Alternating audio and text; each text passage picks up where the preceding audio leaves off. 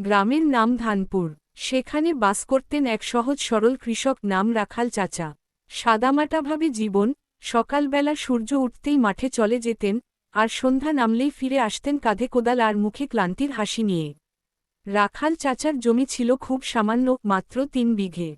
কিন্তু তার মধ্যে থেকেই তিনি সোনার মতো ফসল ফলাতেন। সবাই বলত, এই মানুষটার হাতে জাদু আছে। কিন্তু রাখাল চাচা বলতেন, যে মাটি ভালোবাসে, মাটিও তাকে ভালোবাসে। এক বছর খুব খরার সময় এলো। বৃষ্টি হয়নি অনেক দিন। মাঠ শুকিয়ে কাঠ। আশপাশের কৃষকরা হতাশ হয়ে পড়ল। কেউ কেউ শহরে কাজ খুঁজতে চলে গেল। কিন্তু রাখাল চাচা হার মানলেন না। কুয়োর জল দিয়ে যতটুকু পারতেন জমি ভিজিয়ে রাখতেন। নিজের খাবার কমিয়ে গরুদের খাওয়াতেন, যাতে তারা শক্তি হারিয়ে না ফেলে। পাশের গ্রামের মানুষ তাকে পাগল ভাবত, বলত, এই খরার মধ্যে ধান ফলানো স্বপ্ন।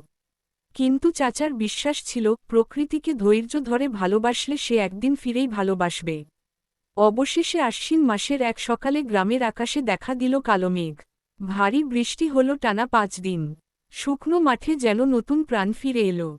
রাখাল চাচার ধান গাছ মাথা তুলল। অন্য কৃষকেরা অবাক হয়ে দেখল, চাচার জমিতে ধান দুলছে। দিন গেল, কাটার সময় এলো। চাচার ক্ষেত থেকে যে ফলন উঠল, তা দেখে সবাই হতবাক।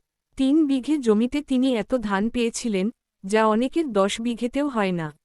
সেই বছর রাখাল চাচা শুধু নিজের পরিবারই চাল খাইয়েছেন না, দরিদ্র প্রতিবেশীদের মধ্যেও বিলিয়ে দিয়েছেন।